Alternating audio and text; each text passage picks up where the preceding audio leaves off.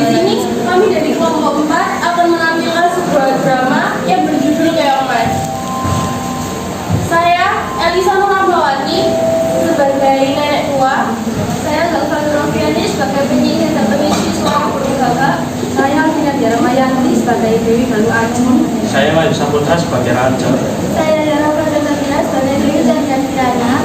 Saya Ali Isam Jambrani sebagai Raden Kertapati. Saya Ahmad Adi Satria sebagai kakek tua. Dahulu kala di istana kerajaan Daha hiduplah seorang raja bersama kedua putrinya.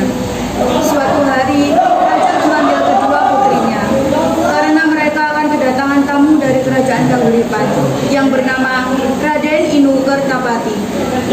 Putri-putriku, kemarilah. Ada apa Nanda? Apakah kalian mengenaliku juga? Ya putri, ada pemberitahuan yang sangat bahwa Raden Kertapati dari kerajaan Dahuripan akan datang. Lalu apa hubungannya dengan kami Ayah Nanda? Ayah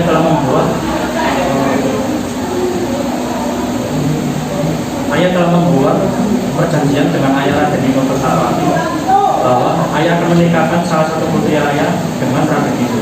Siapa di antara kalian yang akan membuat ya? Kami telah memutuskan bahwa Chandra Kirana yang akan menikahkan Raden Inu. Dan keputusan ini tak bisa diganggu. Maka yang Anda itu di dalam permisi.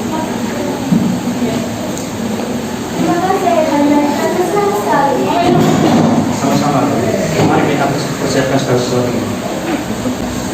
Sementara itu, Dewi Ajeng merasa iri dengan Kirana yang bernasib baik dan mujur akan menikah dengan Inu Kertapati.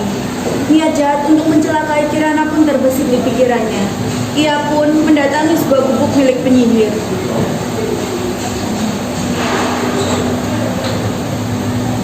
Permisi. Apa ada orang di dalam?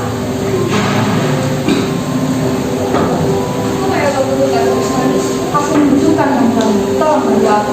Memangnya kau suka apa? Aku ingin kau menyihir Chandra Kirana menjadi sesuatu yang menjijikkan. Yang jelas aku ingin Kirana menikah. Baiklah, aku akan menyihir Chandra Kirana sehingga dia tidak dapat menikah dengan negara dari ini. Terima kasih banyak. Aku senang bersama dengan ini kamu sebagai ibadah. Sekarang aku akan bersiapkan.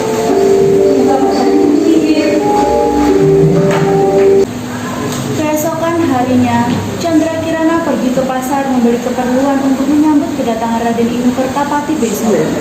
Sepulang dari pasar, Kirana melewati sebuah sungai.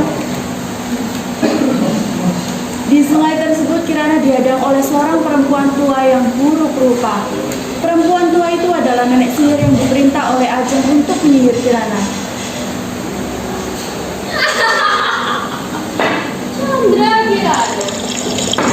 Nampaknya kamu sangat senang hari ini. Siapa kamu? Mengapa wajahmu sangat berubah? Ya, aku kesini untuk mengutukmu menjadi keong. Kenapa kamu mengutukku? Apa salahku? Kau sekarang yang menyuruhku untuk mengutukmu. Adem, tidak mungkin. Kau pasti berbohong. Sudah, jangan banyak ngomong. Terima saja nasibmu. Tidak!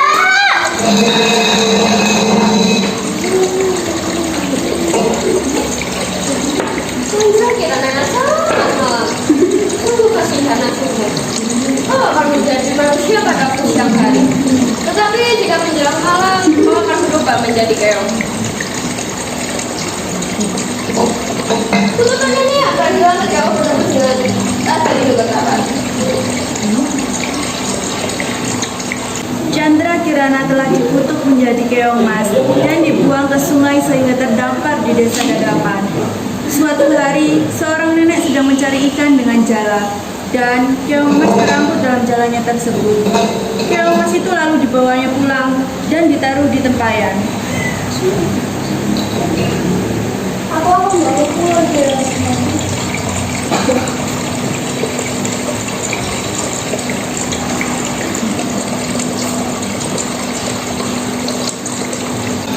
Setibanya nenek di pondok, Anjay. Nenek itu meletakkan keong itu di tempat yang aman. Lalu dia beristirahat sejenak di kursi.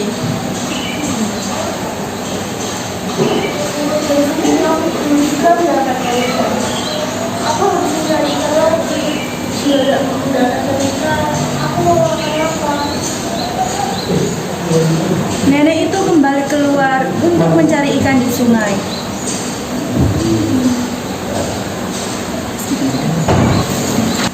Kirana kembali ke wujud manusianya.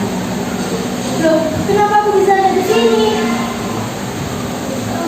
Oh iya, tadi kan ada seorang nenek yang membawa aku. Kasian sekali nenek itu. Untuk makan saja, dia harus mencari ikan terlebih dahulu. Aku akan membuatkan makanan untuknya.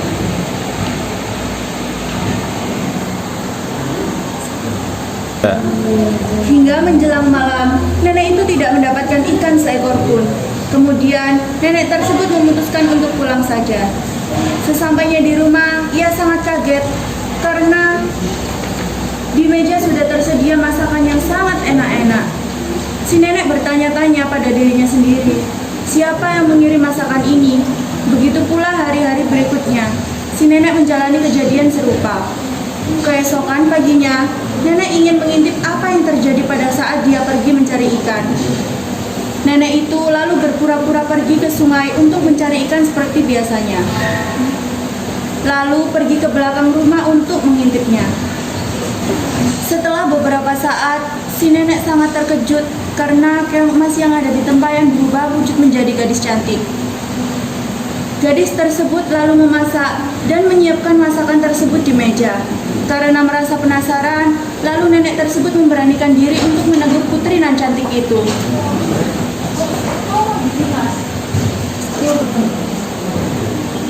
Karena merasa penasaran, lalu nenek tersebut memberanikan diri untuk menegur putri nan cantik itu. Kenapa kau memberikan cantik? Bagaimana aku? Aku tidak ada. Aku ada putri dan saya yang dulu dari kamu oleh nenek itu untuk saudaraku sendiri. Dia melakukan ini karena merasa iri padaku. Kasihan sekali kamu. Saya tidak tahu bagaimana apa kami juga menikah. Aku yang menjawab.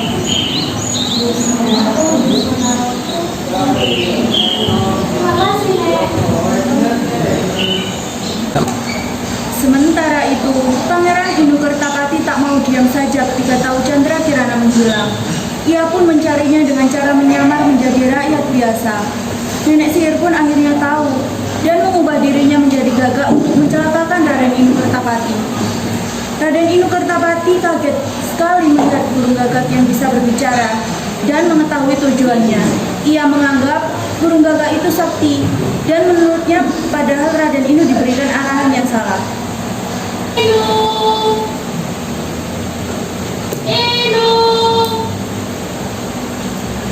Siapa kau? Tenang anak muda, aku akan menunjukkan arah ke desa Dadapan. Di sana kamu akan bertemu dengan Chandra Kirana. Dari mana kau tahu tujuan perjalananku? Siapa kau sebenarnya? Kau tidak perlu tahu siapa aku. Ikuti saja petunjuk yang kuberikan. Baiklah, aku akan mengikutimu. Terima kasih atas pertolonganmu.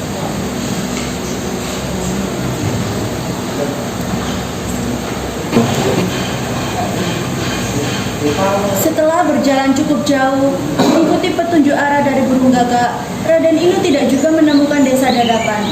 Di perjalanan, Raden Inu bertemu dengan seorang kakek yang sedang kelaparan. Diberinya kakek itu makan. Ternyata kakek itu adalah orang sakti yang baik.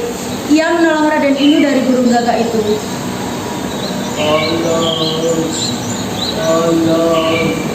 Ada apa, Kek? Tolonglah nak, sudah beberapa hari kakek tidak makan. Oh, gini, Kek. Ada sedikit makanan.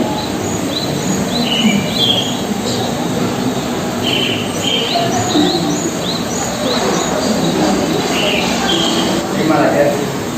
Terima kasih anak muda. Janganlah kau mengikuti arah yang diberikan oleh guru kakak tadi. Dia sebenarnya adalah jemaah dari sihir. Dia menyebutkan arah yang salah pada budak. Lalu apa yang harus kulakukan, Ed? Berjalanlah mengikuti aliran sungai ini. Di ujung sana kamu akan menemukan desa Donama. Baiklah, Ed. Aku akan mengikuti aliran sungai ini. Hati-hati dalam perjalanan luar negara. Baiklah, Ed. Terima kasih. Setelah berjalan berhari-hari, sampailah Raden Inu di desa Dadapan. Ia menghampiri sebuah gubuk yang dilihatnya untuk meminta seteguk air, karena perbekalannya sudah habis. Di gubuk itu, ia sangat terkejut karena dia bertemu dengan Chandra Kirana. Akhirnya, sihir dari nenek sihir pun hilang karena perjumpaan itu. Capek sekali.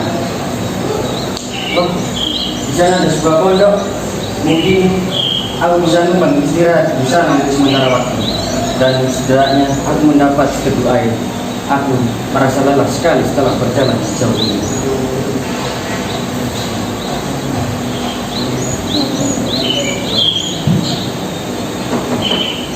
Permisi. Iya, sebentar.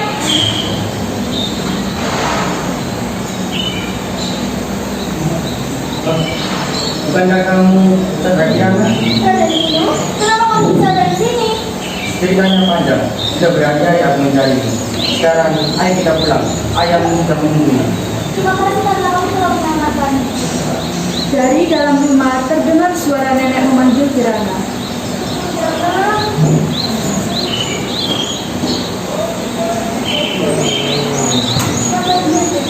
Oh, Nenek, kenapa? Ini Raden Inu. Yang sudah diceritakan waktu itu. Dia kesini untuk Kirana kembali ke istana. Tapi Kirana tidak ada yang Kirana sendirian. Tidak apa-apa Kirana. Oh, kamu masih juga mengingatkan. Begitu saja, nenek ikut kamu ke istana dan hidup bersama kamu. Akhirnya, Raden Inu memboyong Chandra Kirana beserta nenek yang baik hati tersebut ke istana. Dan Chandra Kirana menceritakan perbuatan Dewi Ajeng pada sang raja. Raja meminta maaf kepada Chandra Kirana dan sebaliknya. Dewi Ajeng lalu mendapat hukuman yang setimpal. Karena Dewi Ajeng merasa takut, maka dia melarikan diri ke hutan. Pernikahan Chandra Kirana dan Raden Inu Kertapati pun berlangsung. Dan pesta tersebut sangat meriah. Akhirnya mereka hidup bahagia.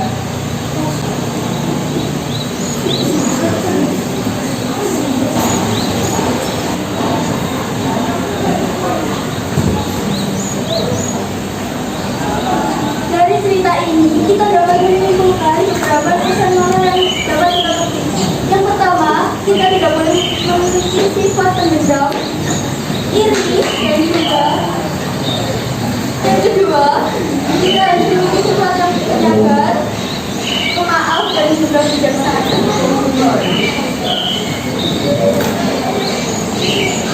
Sekian penampilan drama Keremas dari kelompok 4. Terima kasih sudah menonton. Wassalamualaikum warahmatullahi wabarakatuh.